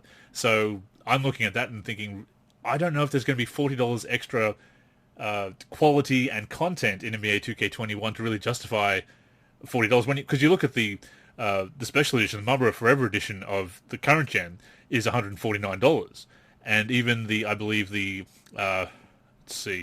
Marlboro Forever for Xbox Series X also $149. So you're approaching the special edition price for the standard edition version of PS5 and Xbox Series X in Australia. Yeah, I just don't know if it's going to have that much extra value at those prices. It won't. Yeah, that's a $40 price hike. People will buy it. I mean, and also will, this shows This show is sponsored by Beavis and Butthead Do America and Sega CD. That's what I've come up with. That's what the show is sponsored. I don't know if anybody cares about that anymore, but we're totally 90s here. So, but yeah, I agree. I think that I had to bring up a Beavis and Butthead Do America because we talked about it before the show. We did, yeah. It's a wild movie. Just a couple of butt munches. Yeah, just a couple. Exactly. No, I think part of the problem is that they can get away with it again, regardless of where you are in the world. It's the only 5-on-5 sim. NBA Live is ducked out. There's nobody else in that space. So hell, they could as well as I do. Even if in the States here they sold NBA 2K21 for $100 for the regular edition, for the main edition, for PS5 or whatnot. Not even the Mamba edition, people would still buy it. Like that's just the way it's going to be. That's true, yeah. And again, this is what comes back to what we've said so many times, is that this is the problem with lack of competition. People say, oh, NBA Live should stay dead, and we don't need other games, and it's all about 2K. But then they complain that 2K is taking advantage of them. It's like, well, this is why we need competition, fellas. Ladies and gentlemen. They're the same people, boys and girls, ladies and gentlemen. They're the same people that, would say, NBA Live is ass. Sorry for that, but that's what they say. NBA Live is ass. Trash. Trash, garbage, NBA Live. And they're like, LOL, you play this. Yeah, you play this good. Yeah, why don't you go play an ass game like NBA Live or something like that? Like they like are a trash game. And these are the same people that are complaining about the price hikes, or are the same people that are complaining about NBA 2K's gameplay and all of that stuff. It's like, don't you understand that even if a mediocre game comes out, it's something. Yeah. If another mediocre game comes out, it's something. It is competition and whatnot. So these people they need a reality check. Yeah, basically. Well, that's what we're trying to do here on the NLSC podcast, as well as bringing back 90s references like Beavis and Butthead. And they had a few games. Have you ever played any of the Beavis and Butthead games? They vary in quality. Back in the day, no, Beavis and Butthead games are the equivalent, in my opinion, to like Ren and Stimpy titles. Like I used to have Ren and Stimpy Vidiots, which was, I believe, a Super Nintendo title and whatnot. And those games are quirky and have decent gameplay for what they are. And I think they represent the shows pretty well. I was never a Beavis and Butthead guy, really. I did watch the movie. I was more of a Ren and Stimpy guy. But yeah, I love the 90s references and even some of the 80s ones, like some of the old NES games and whatnot. So it's fun times. But like you say, that is the way it goes with the price hike, is that people will pay it because, again, it is the only game on the market. It is one that it delivers. I mean, 2K does deliver, for all our complaints. It delivers a fairly consistent experience, and that is something that NBA Live has lacked over the years. So people will pay it, but it's disappointing to see. It will be interesting moving forward to see how people will deal with those price hikes, and certainly if the recurrent revenue mechanics continue to be pushy, I think it's going to be a much more controversial situation, because people will bring up that point. So, well, hey, yes, we are paying more for that base game, but we're still having to pay so much more or grind really hard just to get value, and we have to work hard to make the game enjoyable. And that goes back to what Beluba said about making the game enjoyable.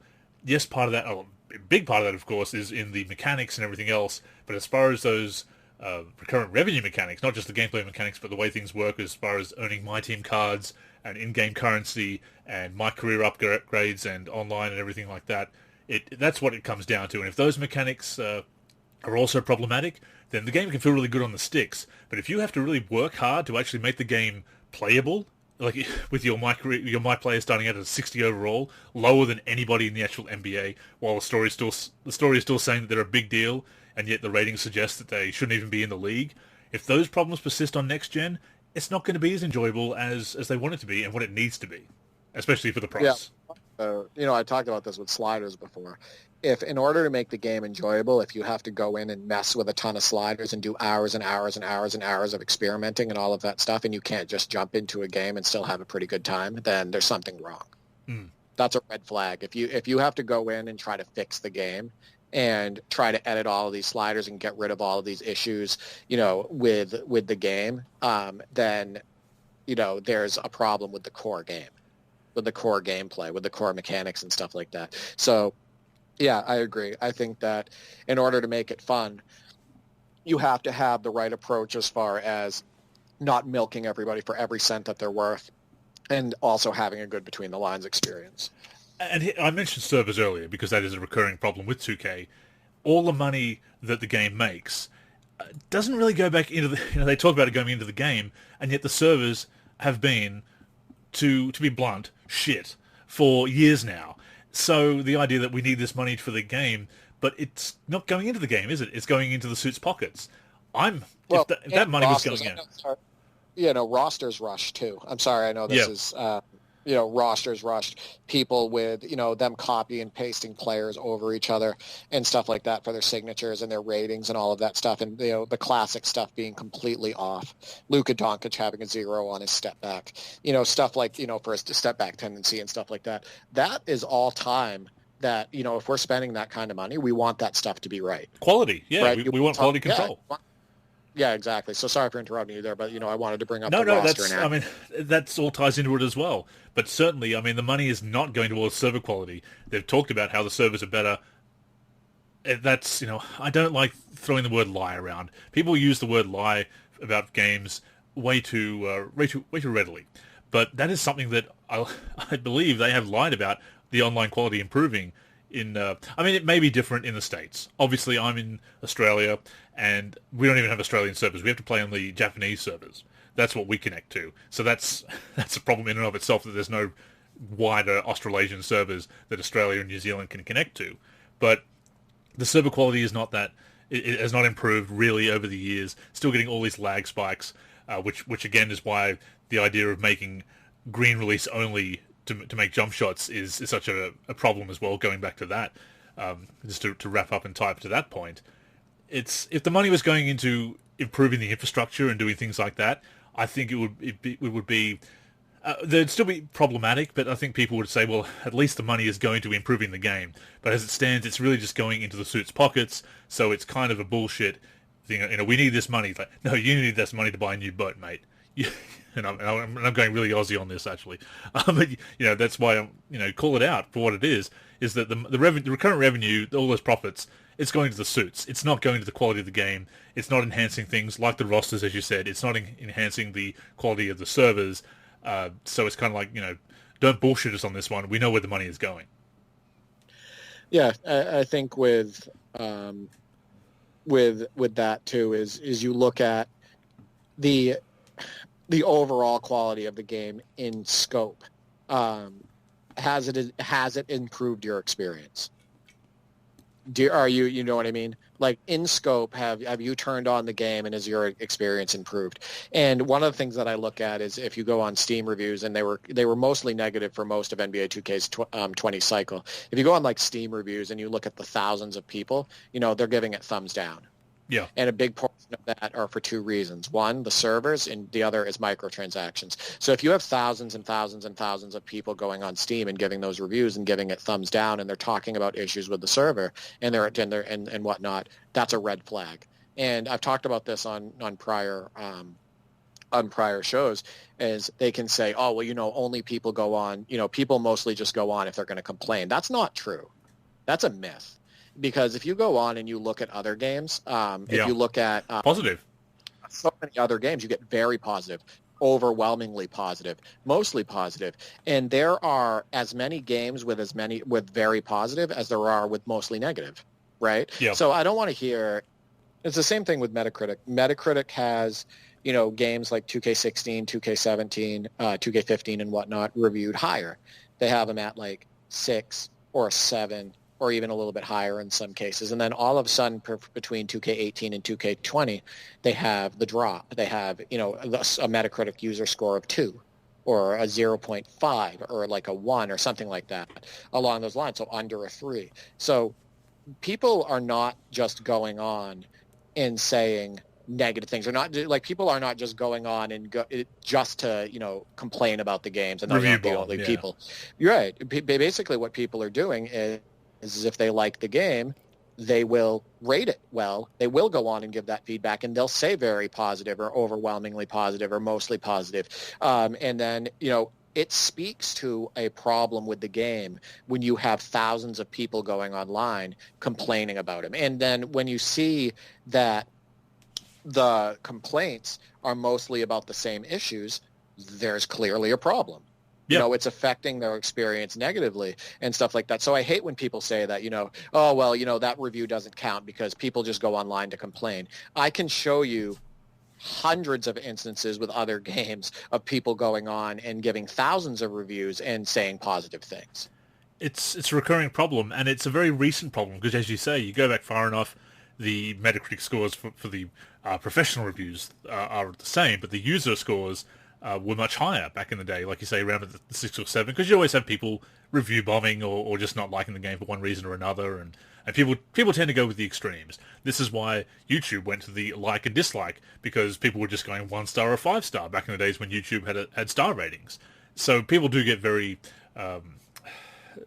binary with whether they like something or not. If you give them a score, maybe they might go in mid-range, 3 or something if it's kind of average, or they feel it's kind of average, but they will usually go to the extremes, really good, you know, the score of 10 or score of 1, usually. So it does come down to that. My final Well, when thought... you go on a YouTube video, but when you do go to a video and it's bad quality and you look at the like to dislike ratio, the dislike ratio is much higher. And you're like, oh I yeah, see why and it works, yeah. You know what I mean? It does work. And that's the point I'm trying to make, right? Yeah, but if you go to a video that's well done, we've talked about Jim Sterling, and we've talked about the Lazy Peon, and we've talked about these other people where they actually, you know, put thought into it and they give users a good experience. What's the like to dislike ratio like? Yeah, It's much higher in the form yeah. of like gets it, you know, 90 to 95% likes, and, you know, probably less than 10 or less percent of dislikes. So people do go on and give good feedback if the product or video or influencer or whatever is good. By and large, yeah.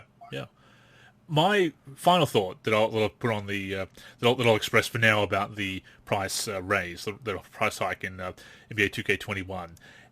If everything works out with the game, I mean, I'm not really fond of that, the idea of next-gen games being $40 more expensive in Australia.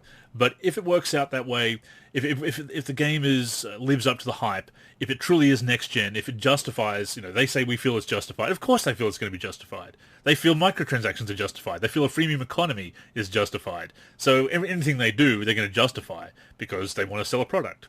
But if it does turn out to be, by the quality of the experience, if it does turn out to be justified, fair enough.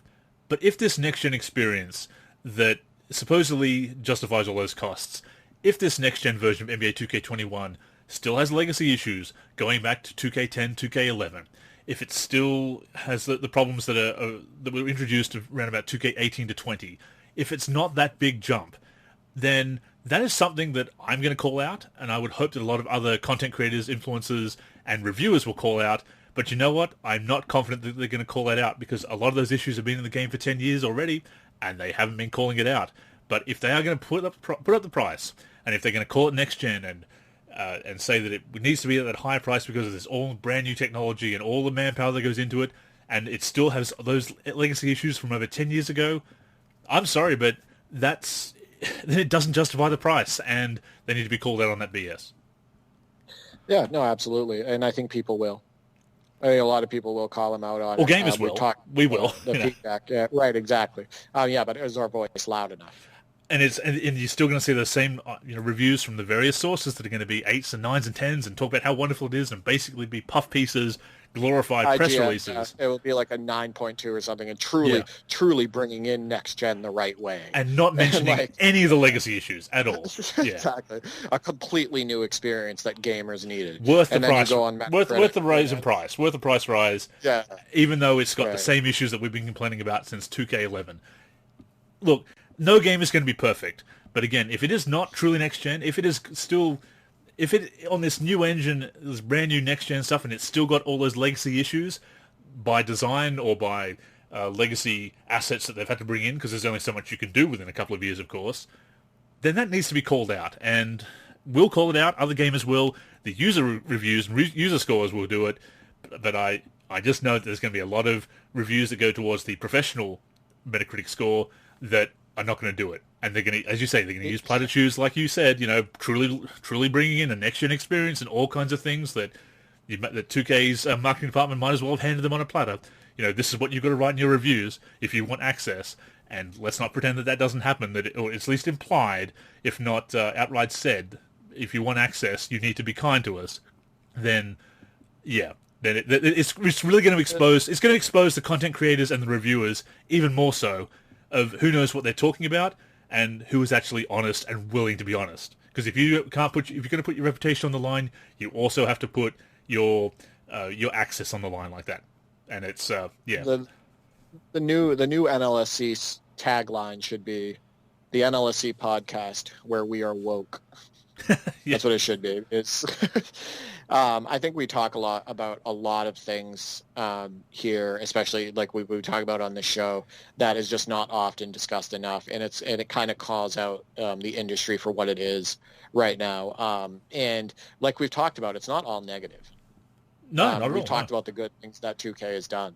We've talked about the good marketing that they've also done, for better or for worse, or whether it was beneficial to the game or not. We've talked about, the additional content that they've added, how well they've done the WNBA integration in comparison to NBA Live, the things that they borrowed but also made better. Like you had talked about, it's about who does it better, not who does it first, and stuff like that. So, no, we definitely talk about, and then also the past 2K games that we've really had fun with. So it's not all negative, but these practices do need to be called out, and the implementation of new price hikes and additional practices, they need to be questioned. Well, 2K has set the bar very high because 2K has had fantastic games, and if you set the bar high, you're going to be held to a high standard. If you are going to be the brand leader, if you've done all the great things that 2K has done, then people are going to expect you to maintain that quality and to deliver on that experience and not go backwards and not to be anti-consumer, although that's kind of the way the gaming industry as a whole. It's a problem, that goes beyond 2K. But 2K has been a fantastic series. We've had our complaints, but it has been a fantastic series, so it gets held to a high standard. And that's just the way it is, and they know that, the developers know that. So, but that is the way, by the standard they've established, the bar they've set for themselves. If they don't clear that bar, and certainly if they do things that make it very difficult for them to clear that bar, like a price hike, like a very pushy recurrent revenue mechanics, things like that, they're going to get called out on it. Maybe not by the professional reviewers, air quotes again, but certainly by the consumers. And it's we've seen that in recent years, and I think it's going to be a thing. If they fail to meet those expectations, especially with the price hike, I think and hope people will call them out, because it's only fair. It's only fair. Right. Like we've said, we hope that, the outrage at the beginning, for the first couple of months of 2K20's release, and the people that were complaining about all the glitches in the game and the issues with the servers and all of that stuff, with the hashtag fix NBA 2K20 or whatever, and the developers taking breaks, hopefully, like we had talked about, that was a red flag for them, and that they that maybe they fix some of those issues that people were complaining about. Here's hoping. We will know in a few weeks or a few months or a couple of months, I suppose, for the next gen around the holiday season. Current gen is coming out in a little under a month as this is being recorded, so we'll see what happens with both games. But we can hope for the best, and certainly, yeah, as they say, keep that energy going as far as being able as calling out 2K, and definitely don't be nasty about it. Don't be aggressive and attacking developers, but you can say you can be honest without being a jerk, basically, or for that matter, without being a butt munch. If you want to bring back some Beavis and Butthead slang, you don't be a butt munch with your constructive. Be constructive. Don't be a butt munch. There's a tagline for us. But yeah, right. Don't be like Beavis and Butthead. Be like, let's see, who's intellectual in the cartoon scene from 90s cartoons. That's a yeah. I don't know. That's tough to find. Yeah. I'd have to think about that one. Jay Sherman from The Critic. He has a Pulitzer Prize for criticism. How about that? For The Critic, the short-lived series. But yeah, we will continue to cover that and the preview season as it happens. We will definitely give our honest opinions on those games as they come out, current gen and next gen, of course. A game that is winding down, however, and this is our last topic for this week, is NBA Live 16. Its service will be shutting down on October 19th. Shout out to Pavel for drawing my attention to this. It's been a while since I booted up Live 16, so I didn't see the notification until he let me know about it. But October 19th at 11 a.m. Eastern Standard Time, US time, of course, that will be those servers will be shut down. So basically, Derek, if people have any unfinished business in NBA Live 16, now is the time to get on that, because in a couple of months, the online content such as Live Run, Live Pro-Am, Ultimate Team, is going to be gone. So if you have any unfinished business, you want to get some trophies or achievements that are attached to online services, be quick about it. Yeah, I don't think a lot of people were playing NBA Live 16 anymore, but there were a few. And if you remember correctly, over the last year, there was a spike in interest. There was suddenly a bunch of people like getting on there and like playing my team, and putting cards out in the market and stuff like that. I saw it all over Twitter for a while. I think Ultimate Team's been so disappointing the last couple of years that people have gone back to the last one that was really solid and good, and so that's where that interest has come from. Yeah, I love the structure of, and we talked about this with 2K15, but I love the structure of NBA Live 16's Ultimate Team. I think it makes sense. It's challenging. It's rewarding, and whatnot. I like the mechanics of it. I like the challenges. All less repetitive. So, yeah, it's less repetitive. I prefer that. So, I mean, it's a sad thing for some people, but I don't think it will be sorely missed. And I'll say again, part of the reason is just because NBA Live's embarking into Xbox One and PS4 territory was just so poor. Yep. And people never really got over that. And then they never really figured out a really good mechanic system or something that worked that people enjoyed until Live 18 and Live 19. Personally, I didn't really enjoy Live 18 much. But I did enjoy Live 19 more until they patched the crap out of it. Yes, jump shots, Right, exactly. But at the same time, like I said, I don't think it's going to be missed by that many people, but it is kind of sad at the end of an era, if you want to look at that era as positive or not. I mean, with NBA Live in this generation, the one thing you can say is that they've had that post-release online support for a long time. I mean, it's going to be over 5 years since its release that it's actually had online service. And the same was with Live 14 and Live 15 as well. I think about, 6 or 7 years almost with Live 14, and 15 similarly shut down about a month later.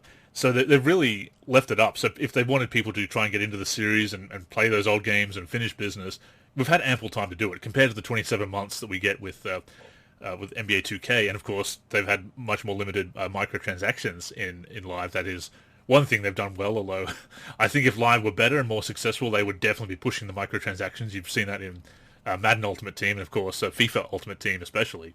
So it's more a case of if the success hasn't justified the microtransactions, rather than EA being generous with that, because they're not so generous with their other titles, that's for sure.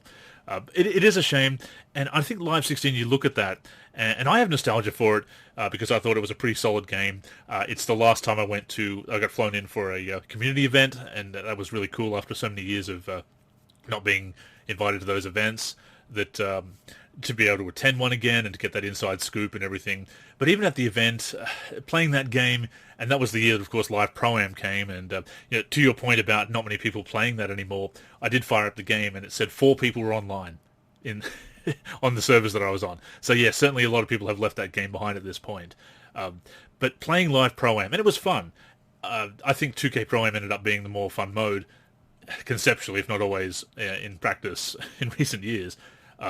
And of course they beat Live to the punch, and that actually came out while I was at the event, and that kind of shook the guys at EA, because that was their whole thing. They were going to debut Live Pro-Am, and then 2K comes out with 2K Pro-Am, and it looks like they copied. Of course, they had the whole thing there. Who knows what happened there, but it showed that it was going to go more in that street direction, because Pro-Am was about that.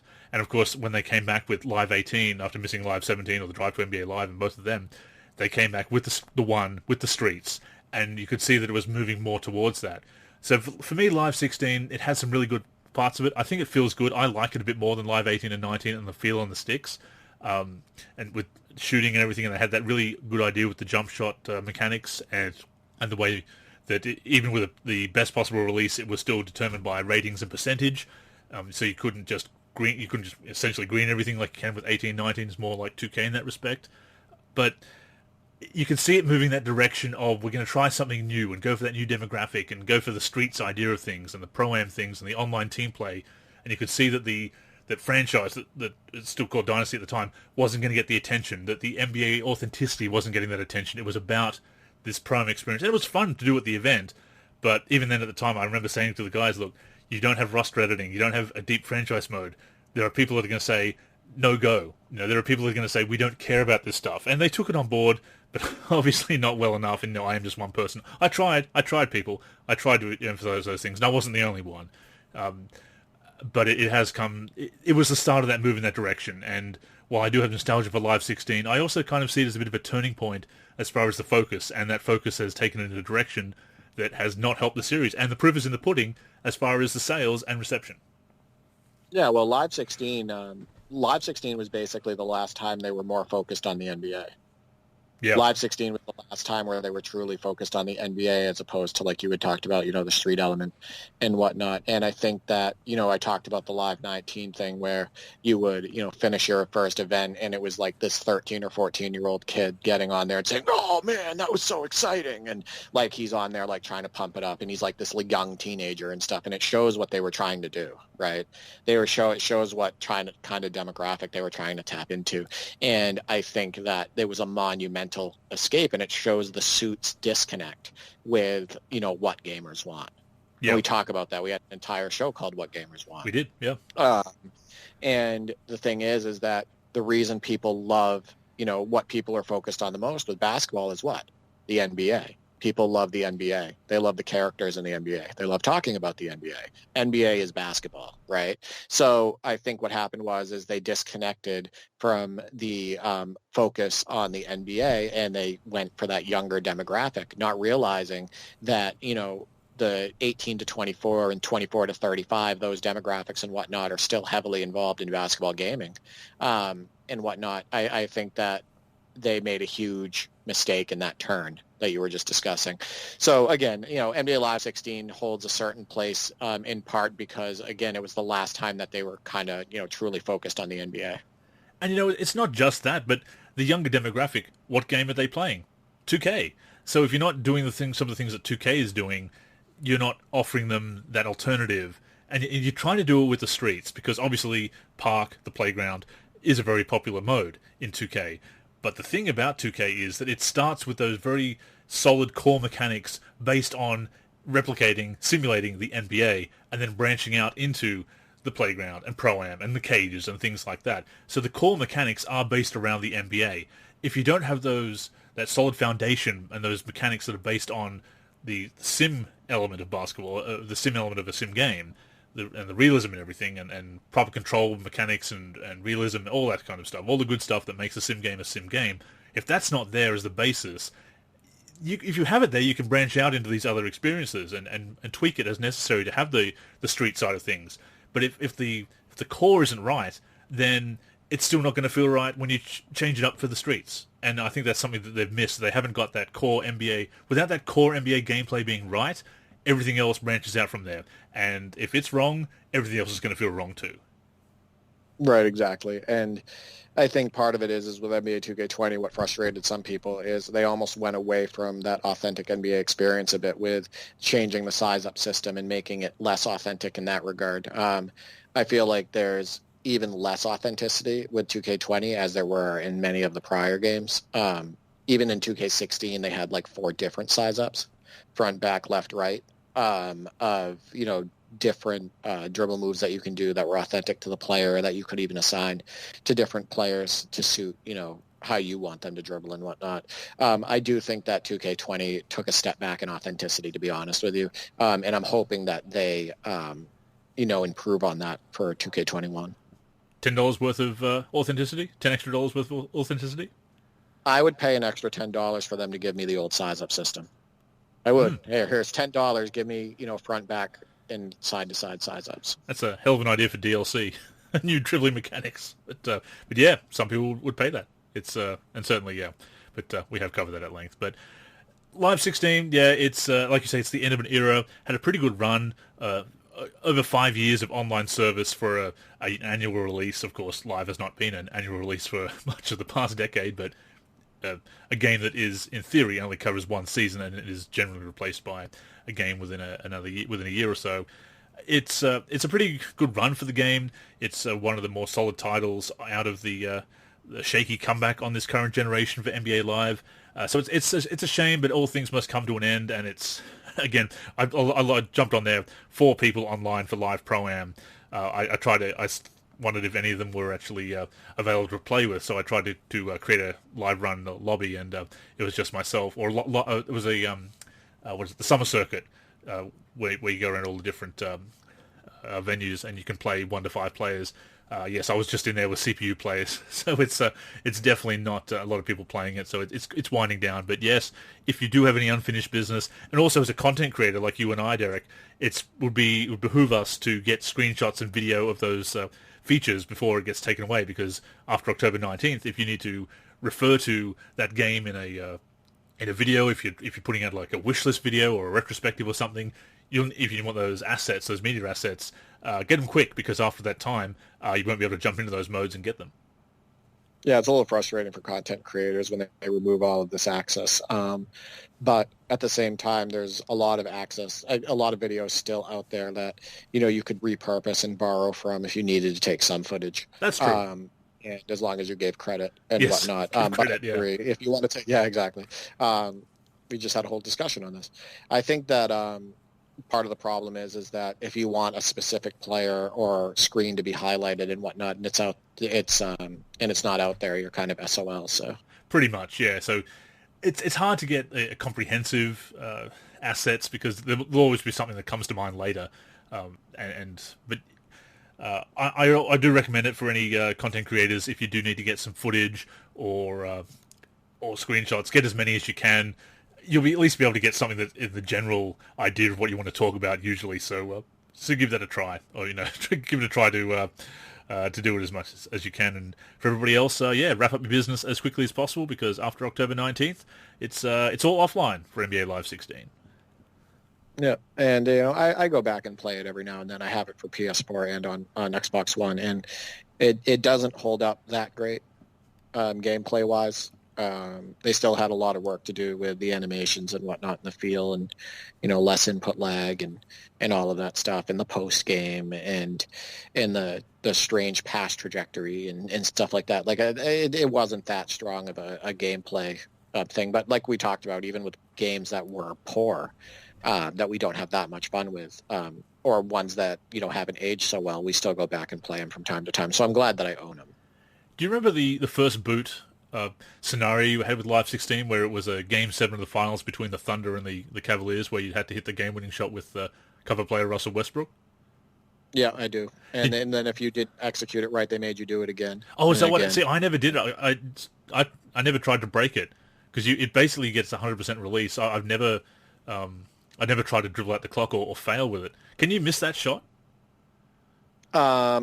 I don't remember if you can miss it. I just remember messing with it, and I remember that if you don't do it right, they just put you back into the scenario. Like they go back to they go back into the inbounds. Wouldn't that be funny if they didn't?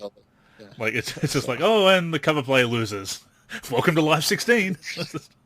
Right, exactly. Or because you didn't hit this DLC that you paid for, you can't access it. Takes modes out of the game, yeah.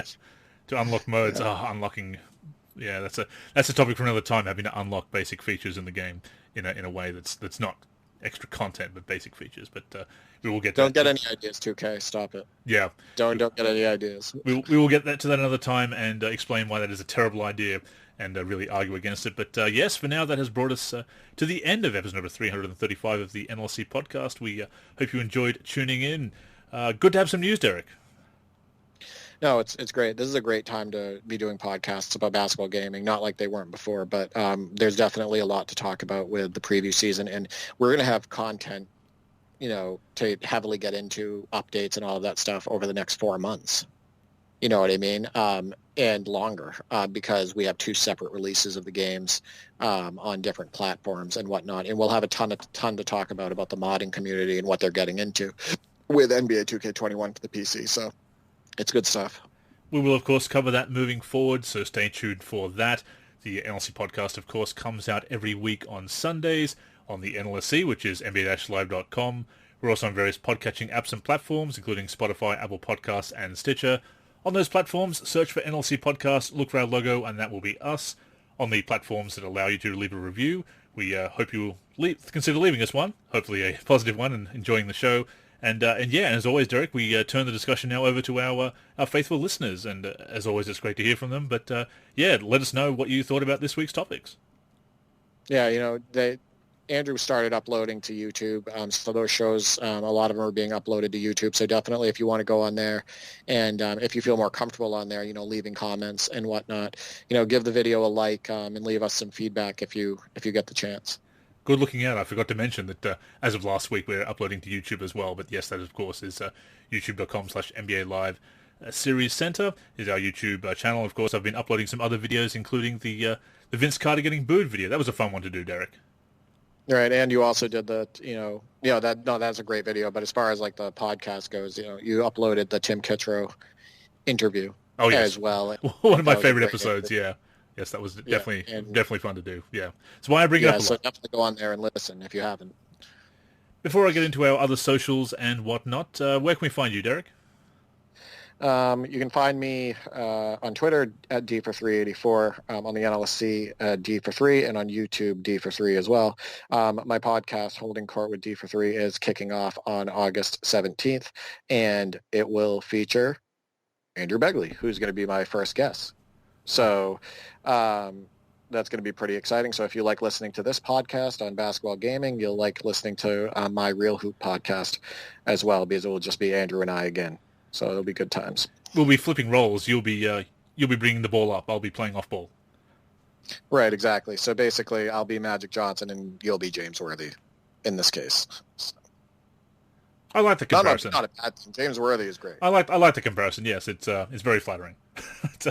Yes, you can find me on Twitter at AndrewNLSC, where I post my various thoughts from basketball gaming, real basketball, and other things that I am into. You can also find the NLSC on social media. Invite you to connect with us there on Twitter and Facebook. We are the NLSC. On Instagram, we are NLSC Basketball. As I said, on YouTube, we are NBA Live Series Center. And of course, keep it locked to the NLSC itself, NBA-Live.com, for everything we do for basketball video games. But yes, that's all for this week. Thank you once again for tuning in. Until next time, I'm Andrew. And I'm Derek. Go get buckets, everyone.